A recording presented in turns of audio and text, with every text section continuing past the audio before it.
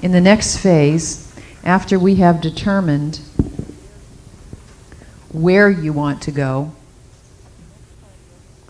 the next part of the is the organizational structure, which is right here. The structure must be transformed and practice-based on good learning. As I said to you before, once we begin this process, the structure of education automatically begins to change. But what happens at this stage is that we begin to touch on everybody's values.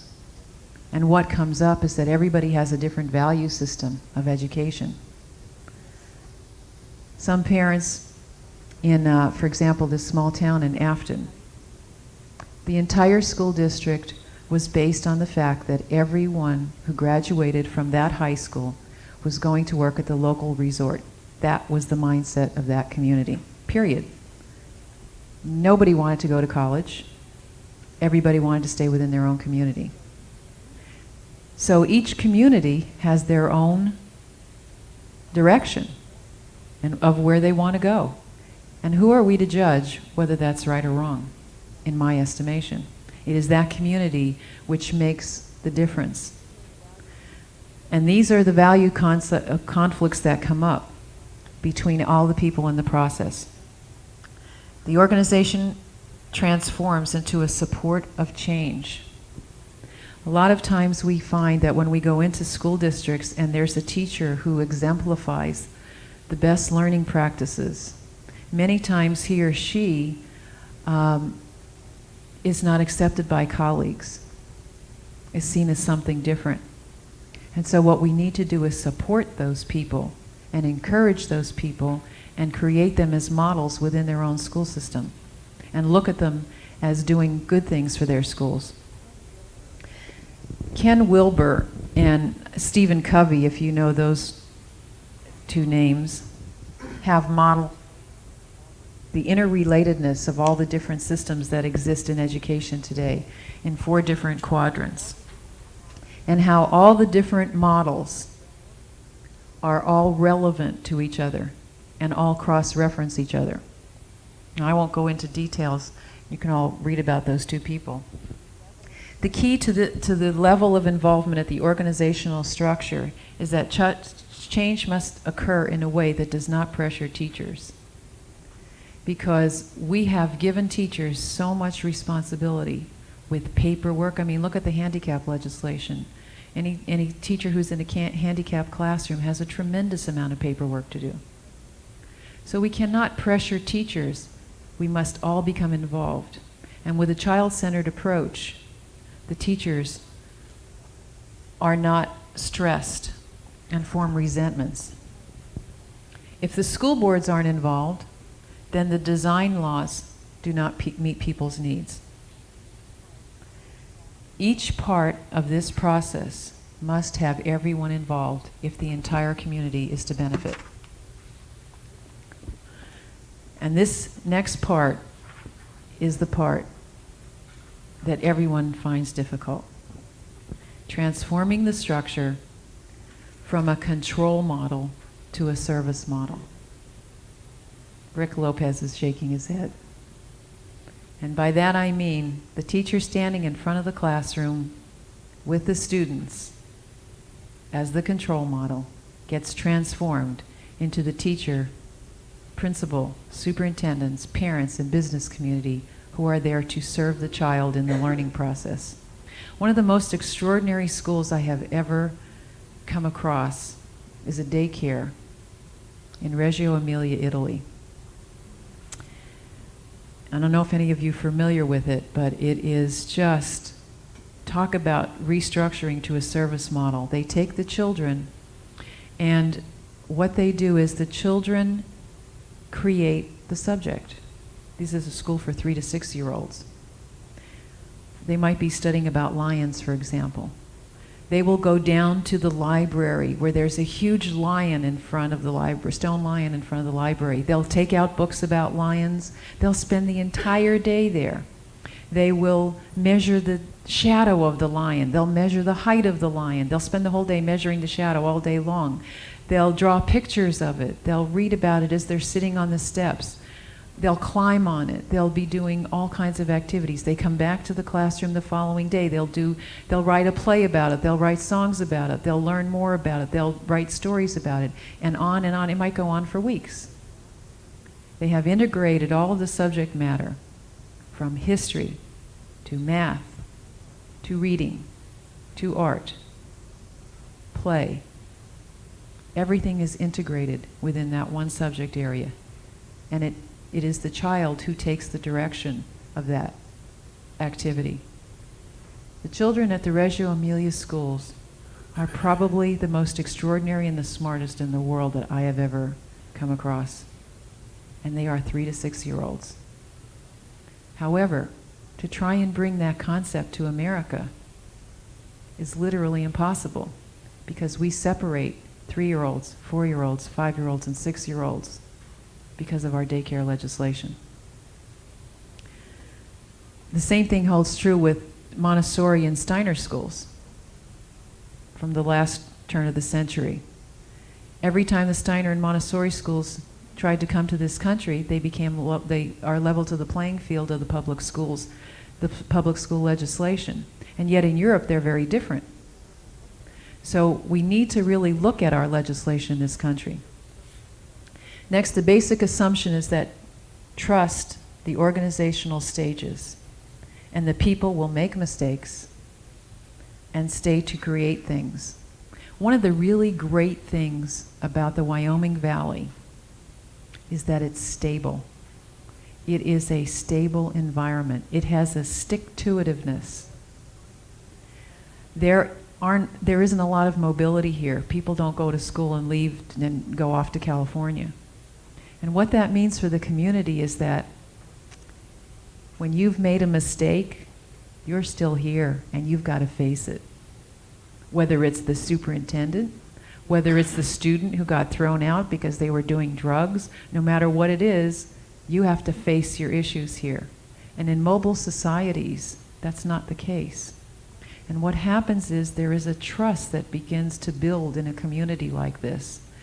You know, I have to be honest with you, I've heard a lot of negative things as I roam around here for the last 6 months in the Wyoming Valley about everything from the schools to the businesses to the students, etc.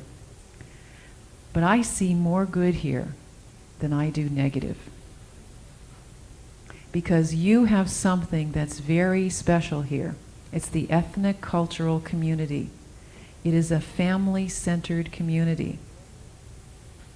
And whether we want to admit it or not, that stability has tremendous impact for children.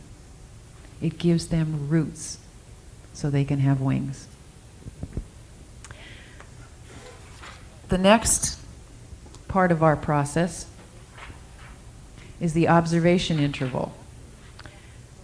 So after we've set up the structure, it's time to come in and observe. Because success comes in small baby steps. As I said to you before, we didn't get to this place yesterday. I mean, this was John Dewey system, the turn of the century, 100 years ago, that we're still working on. Actually, it's Catherine the Great who created the system to produce terrific soldiers and factory workers. That's how far back we go. It's much more than 100 years. It takes a 3 to 5 year commitment, because if the school district does not commit to change the entire process, the community and everyone, what we've discovered is, and some of our superintendents who are with us at Earth Heart Foundation have done this for years, if we go in and we're consultants and we show people the things that they should do or could do or what's possible, everybody goes back to what's familiar, and they go, isn't that great? And go back to what's familiar. So we have found that it takes no less than a 3 to 5 year commitment to change to be able to really impact the school district and to make changes. We keep going back to, where are you? Where do you want to go? To keep reevaluating the school. How far are you willing to go? And at this point, what we find is there becomes a conflict in the community. The actual community building process is, of course, the responsibility of superintendents. They are the people who are the pivotal point between the community and the schools. And so we need to look at, are you ready to retire? Or do you have the stamina to fulfill what needs to be done? And it's an important question to ask yourself if you're looking at doing something different. We look at all the different kinds of examples that you are about to see here today.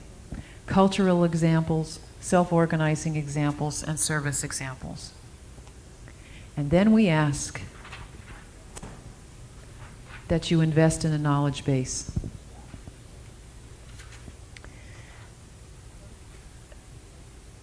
Coaching, coaching, coaching, helping, helping, being a support, being a support, being a support.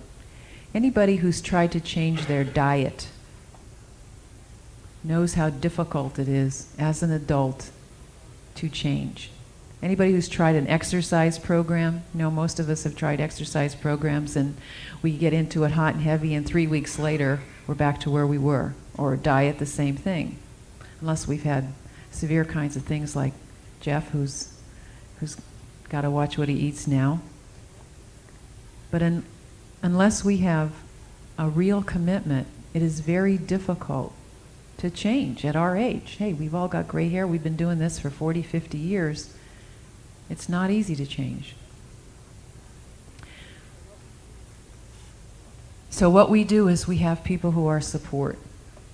People who understand the process and understand the change to help.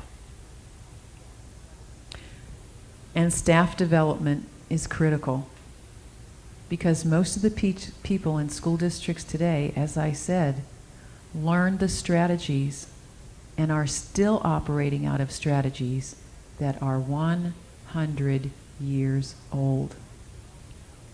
When you're in a classroom every day, or if you're managing a school, which we consider principals, or if you're the leadership model in a school district, which is the superintendent, and most superintendents I know work a 12-hour day. Principals are there 10 hours a day. When do you have time to look at the latest research? You don't. And so whatever it is that you learned when you graduated from school, for the most part, is what you have brought with you to this day. So it's absolutely critical to have teacher training and staff development. We must change the dynamics of the world because we're not separate and independent anymore. We are linked by the internet. We can talk to anybody, anywhere, right now. And so the idea that there are borders and boundaries, and I applaud the superintendents here who all meet together to work out solutions, and the 5 presidents of the local colleges and universities who work together, who understand that there are no more boundaries. And next we assess the progress. The last part of our reconstruction is coaching, coaching, and more coaching. We have, AAA is a perfect example of this. It's very difficult without the support system to be able to maintain whatever it is that you are trying to achieve. Everybody has to be involved in the process. And I can tell you from spending a lot of time with Congressman Konjorsky, I wasn't kidding when I said he's a visionary. He really has a vision for this area and what he would like to see in education. And he holds it there for everyone to reach. And it depends on all of us to be able to try and continue to be at that level where he sees it. Individual teachers in schools are isolated as an example of good learning strategies. Again, if you take those good teachers, where are they? Who are they? Let's use them as the model for the rest of the state, for the rest of the school district. In this model that we are talking about, test scores, competency-based learning are no longer appropriate. Again, these are all tools. They are not what we need to focus on.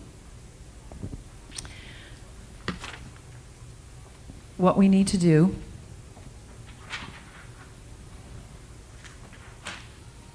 is to look at learning. That's what this is all about.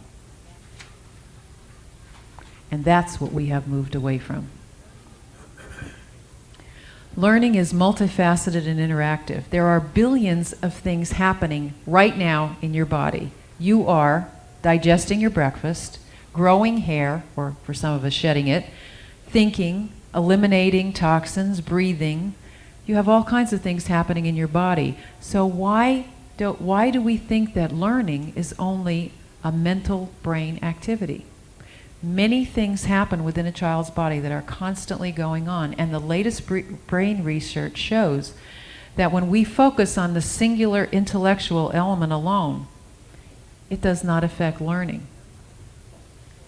Therefore, learning must be viewed as a whole perspective.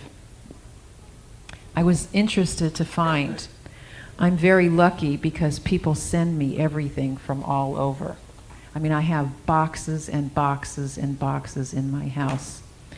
And I am astounded at some of the things. Our institutions are really in jeopardy. I have Amway, who is now in the education business.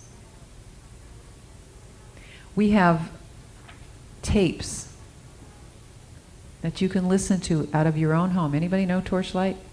This is an educator who discovered that he was sick for a course, and the professor taped it, and he learned the entire course in one weekend. And he thought, if I can do it, why can't the rest of the world? So he accumulated professionals from all over the United States, MIT, Harvard, and you can now take 4 credit on tape, major courses from around the country, from every subject, and receive credit for it, university and college level. So, and besides for the internet and distance learning, we really need to reevaluate how we see education and learning. One of the most critical elements we find is that teenagers need to be actively involved in learning, which is why we have so many problems today. You know, we have all this core curriculum that they need to sit in the classroom and learn. And I know people have attempted to do school to work and apprenticeships programs. And what happens is these teenagers are so overwhelmed by having to do core curriculum and then going out in the business community and trying to do that as well, that it's too overwhelming for them. We need to really look at that core curriculum, and we need to look at teenagers. I've had 6 of them. They have a tremendous amount of energy that they need to expend. And from my experience as a businesswoman, I have found that 18 to 28-year-olds, and this was backed up from the Department of Commerce the other day, 18 to 28-year-olds spend their time trying to find out what they want to do with the rest of their life. And I can tell you, as a businesswoman, I would rather hire a 40-year-old than an 18 to 28-year-old, because every time I train them, they walk off and go somewhere else. And for industry, that means billions of dollars are spent every year educating people who leave and go to other professions, when this is what they should have been doing or could have been doing in high school. Giving them the opportunity to explore careers in high school is the way we can eliminate that problem. And I received statistics from the Department of Commerce. It is staggering the billions of dollars we spend in industry on training and retraining people. So we can eliminate or lessen that process if we allow students to explore those opportunities in teenage years. You're going to hear a lot about choices this weekend, so I'm not going to talk about that too long, but that's another learning strategy. Listen to learn. You know, we're so busy as adults thinking we know what kids need. My youngest was 4 years old, and we got in the car one day, and of course she had 5 above her, She was the youngest. And we were doing errands. And she said, pounded her fist on the table, "I'm ready to read." And I said, "Great." She said, "Now." I said, "Okay." So we went to the library. We got a book, a reading book without pictures she wanted, because she wanted to learn the words, not the pictures. And it was a 25-page book with about 2 or 3 words on every on every page. And as we drove around doing our errands, she did it over and over and over again. Of course, we had 6 hours of errands, so I need to tell you that part. By the time we got home, she had learned to read the book. And she walked in the door and announced at the dinner table, "I can read." Now, that is an appropriate example of learning to listen to children. Rudolf Steiner said years ago, we should not be teaching children to read until they are ready. I'm not going to go into everybody's philosophies here, but I can tell you from my experience, even from my own children, my boys learned to read at 10, some of them. Another one was 6. And we read to our children all the time. So the idea that we give opportunities and chances for children to read is a much different philosophy than taking a curriculum textbook guide and imposing that on our children. Base life skills, I talked about this a little bit earlier. I'm totally amazed, and I do teach college courses too. I am just totally amazed at the students I get who, and the youths I get who don't have any idea about life skills. They ask me about buying a car, or, you know, renting a home, or renting an apartment, or how to get the best deals, or where do we learn these things? We're in such a mobile society with 2 parents working that children are missing out on the opportunities for life skill learning and training. Adults do not have all the answers. I had the privilege of being at a baseball game with 20 savants. I'm sure you all know what a savant is. And they were all mathematical and baseball savants. I was in awe. There's just no other word. I was in awe of listening to these people who knew absolutely nothing about life, could not take care of themselves, who could talk to you about baseball, statistics, information, scores that happened when baseball began. And yet they couldn't function in daily life. The TIMSS report just came out 2 years ago on mathematics. It was a universal study done out in California, where they studied Japanese culture and mathematics and American, among others. I was astounded at the difference in just the size of the textbook in Japan. The size of the textbook in Japan in math is about yay big and yay wide for a year, equivalent to, let's say, a 5th grade textbook today. But one of the most interesting points was that the manner with which the Japanese students were taught. The teacher would go up in front of the classroom and she'd write a problem. Let's say a 5th grade class. And she'd say, "All right, everybody, you have 45 minutes, not telling them how to do it. You have 45 minutes to work together to figure out the answer.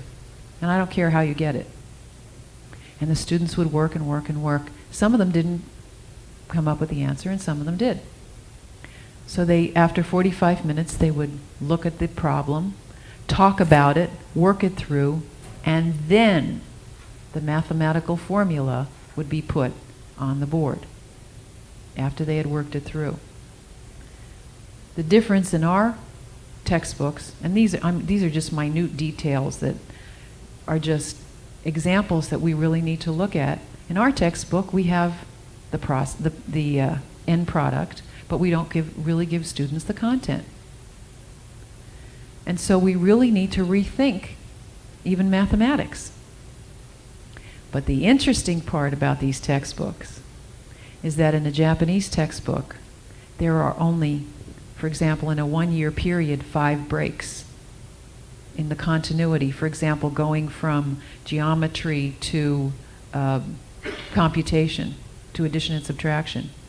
In an American textbook, there were 26,000 breaks, which meant that it was so chopped up that there was absolutely no continuity whatsoever. The next is attitudes and beliefs. And this is critical in the community, because who makes them? Well, the media is certainly number one in supporting the attitudes and the beliefs of the area. Once you have experienced what is possible here this weekend, the Wyoming Valley really needs to look at bridging the gap between the media and the schools. Earth Heart Foundation and the local newspapers, television, radio are all going to be putting together a media package for teachers, public relations directors, businesses, nonprofits, and public service agencies. It will contain information needed on how to bridge the gap between the media and the schools. On March 1st at the Dart Center at Wilkes, we will have a Hollywood producer who will be coming in and talking about how we can affect media and education. And there'll be follow-up activities after that. But the media absolutely sets the pace for the rest of the community.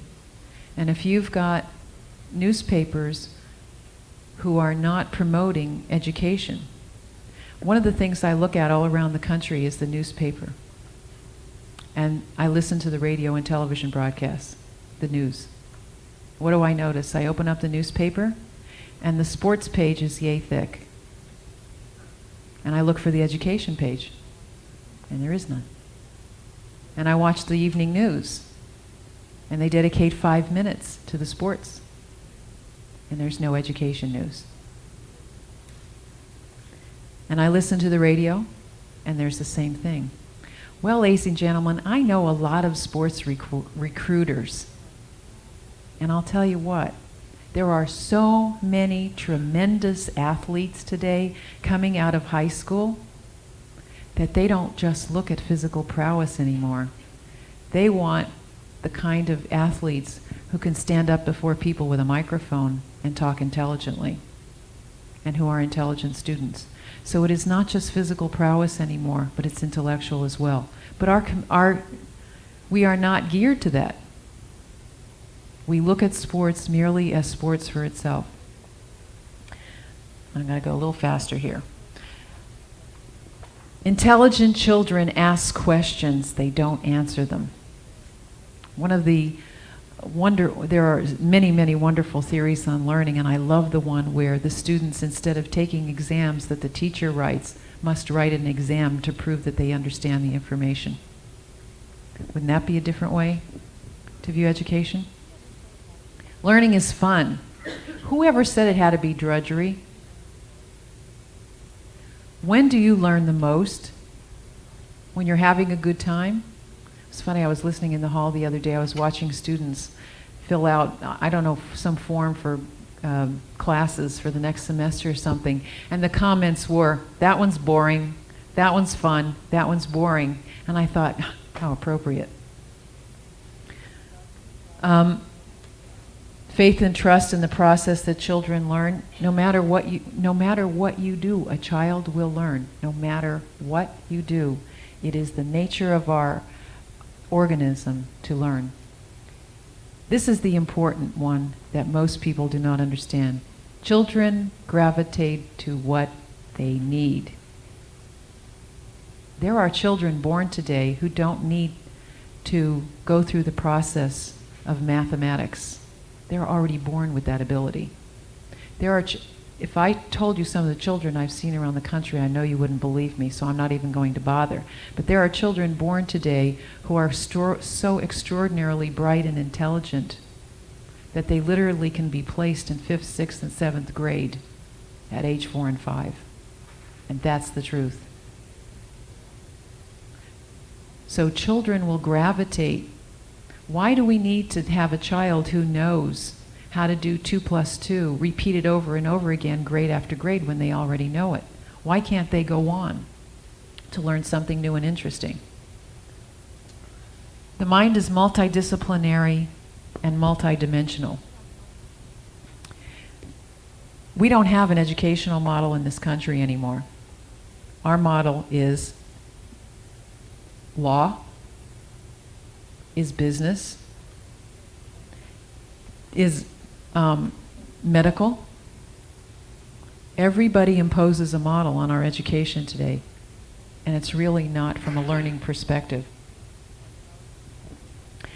Institutions like College Misericordia, which is a small liberal arts college, will be able to shift in the next 2 years to this fluid structure I was talking about to impart future teachers. Large institutions cannot change as rapidly. College Misericordia also presents elements of how good learning takes place. Small class size, small institution, individual attention, integrative curriculum, an emphasis on the spiritual and soul development of the student. These are all critical elements for students. And one of the areas that we really don't want to talk about ever, especially in public schools, is the spirit of a child. I was in a high school about 6 months ago, and the principal said to me, you know, I'm trying to get these kids motivated. Nobody wants to be in student government anymore. We even try to have a spirit day. You know, we ask the kids to dress up and do all kinds of things.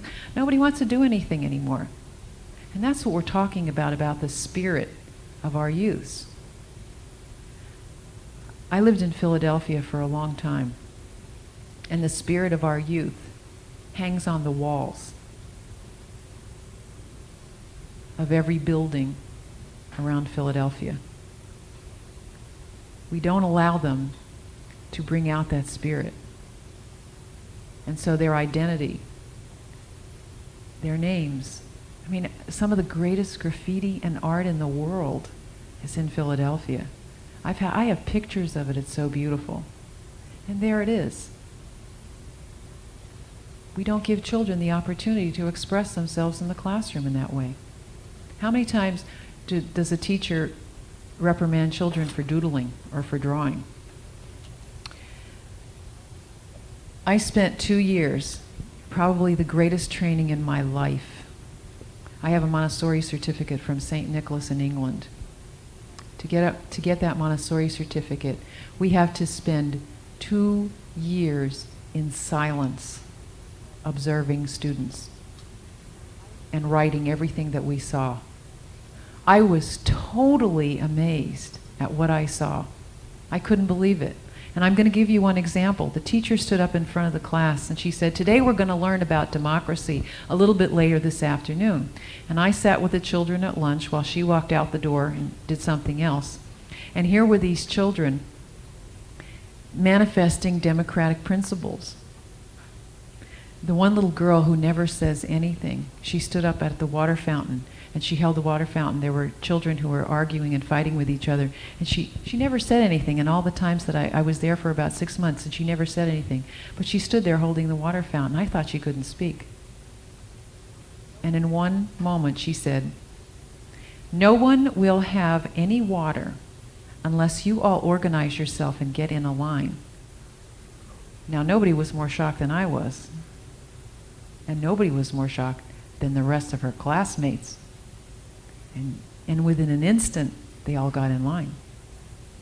So children, if we learn to listen, display the principles, and what we need to do is capitalize on those moments rather than creating theoretical moments for them.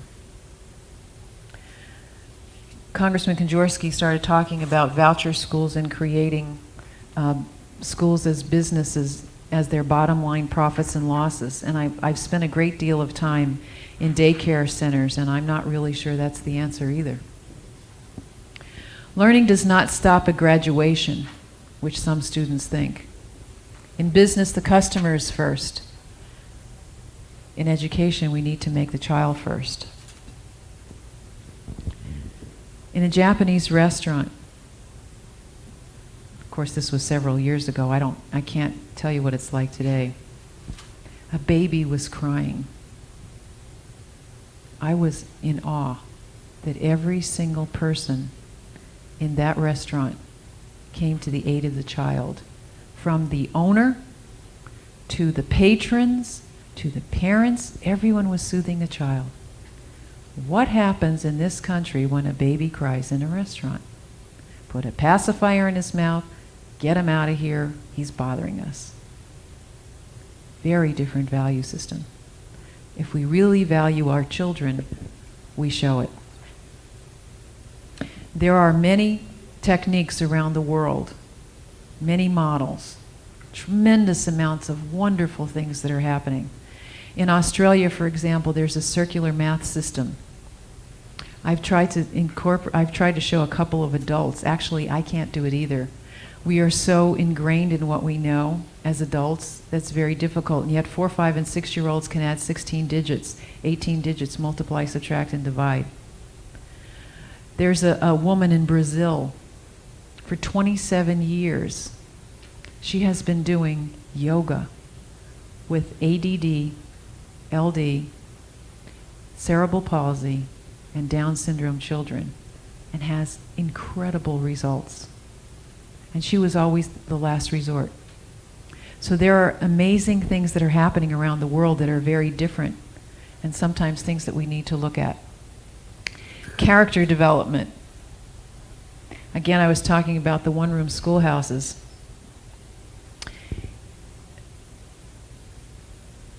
There's a lot of good, and I'm not going to say one-room schoolhouses were the ideal, but they were certainly incredible. I got a real eye-opener. I interviewed 90-year-olds and 95-year-olds who talked about their experiences in one-room schoolhouses.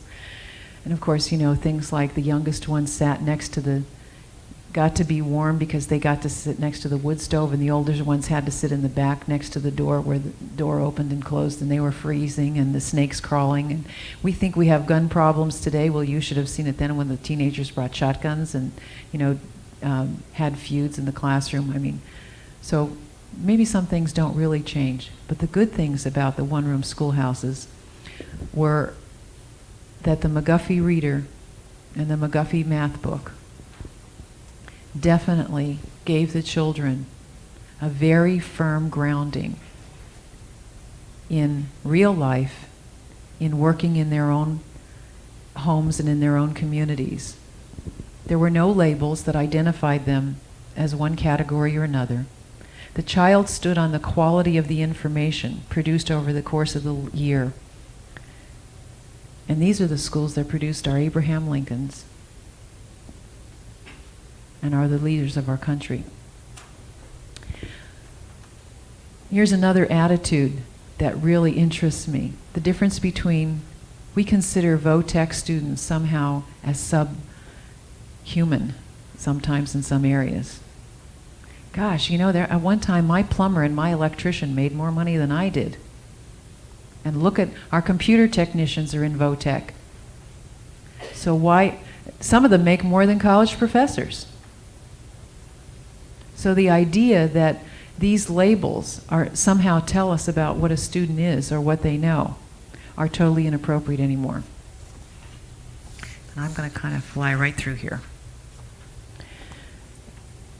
One of the things that needs to happen is to take a climate inventory. Again, the media sets a precedent. We need music and arts in our school. Education is a privilege, not a right. It takes one instant to change your attitude. I was on a plane flight from California to the East Coast. It was a red eye. Anybody who's ever been on a red eye knows what everybody does on a red eye. They all sleep. There was a seat vacant next to me, and a woman came in, and she sat down in it, and along waddled her 5 children after her. Except they didn't waddle very long. All of a sudden, they became the focus of the entire plane. They fought with each other in the aisles, they were pushing each other, they were taking people's newspapers, they were banging into people, and I could hear the sighs and the groans and the energy of the plane start to heighten when everybody's thinking about going to sleep, and we're not going to because of these 5 children on the airplane, and myself included, because by the time I got back to the East Coast, I had to go to a meeting. So I turned to, and I thought, the good teacher that I am, I'll just tell her about it. And of course, we always have to be in control. And I said, "Ma'am, excuse me, but your children are disrupting the plane. Do you think you could control them? Please, we'd all like to sleep on the way back." Well, in my own selfish world, I never noticed her eyes were red when she picked up her head. And she said, and I still have a hard time telling this story, "I'm really sorry. My husband and I were on vacation, and we were on the beach, and a wave came and hit him in the back of the neck and broke his neck and killed him." She said, "I'm so much in shock, and the children are, that I guess we don't know what to do." Instant paradigm change for Daria Brezinski. I immediately got up and I said, "I'm really sorry." And I went to the stewardess, and in the loudest voice I could possibly talk without shouting, I let everybody else in the plane know as well. And the whole energy of the plane shifted. And there was a teacher in the aisle who took one of the youngest and started reading to her. And everybody began to see the children very differently, and began to look at them very differently, and to take care of them, and to take care of the mother. And yet, how many times do we look at a child's emotion in the classroom? How many of our children, 50% of children, are from divorced homes, who are going from parent to parent, sometimes every other day, on weekends? We never look at the emotions of children. So a paradigm shift can happen in an instant as long as we understand. I can't understand why there are 5 colleges and universities here in Wyoming Valley, and this isn't a college town. We need to focus on our children. We need to focus on our children. I come from Charlottesville, Virginia. Oh, here I am. I come from, sound like, I'm from Charlottesville, Virginia, from the University of Virginia. We eat, sleep, and breathe college students. Every business is dedicated to our college students. When the college students leave, we have the tourist trade. When the students come back, every activity we have in town, from New Year's Eve parties to whatever, are all focused on the children, on the students. What happens? The students come back. They feel welcome. They start businesses. They raise the level and the standards of our community. Our test scores in our schools are incredible, because education is the #1 focus in our community. Of course, you've heard of the University of Virginia in our sports, so I know you know that too. Again, values. I'd like to take the words of Vince Lombardi here, who said, "I only hire PhDs in my company. Prepared and passionate, hungry and determined individuals." And that's what we need to come to.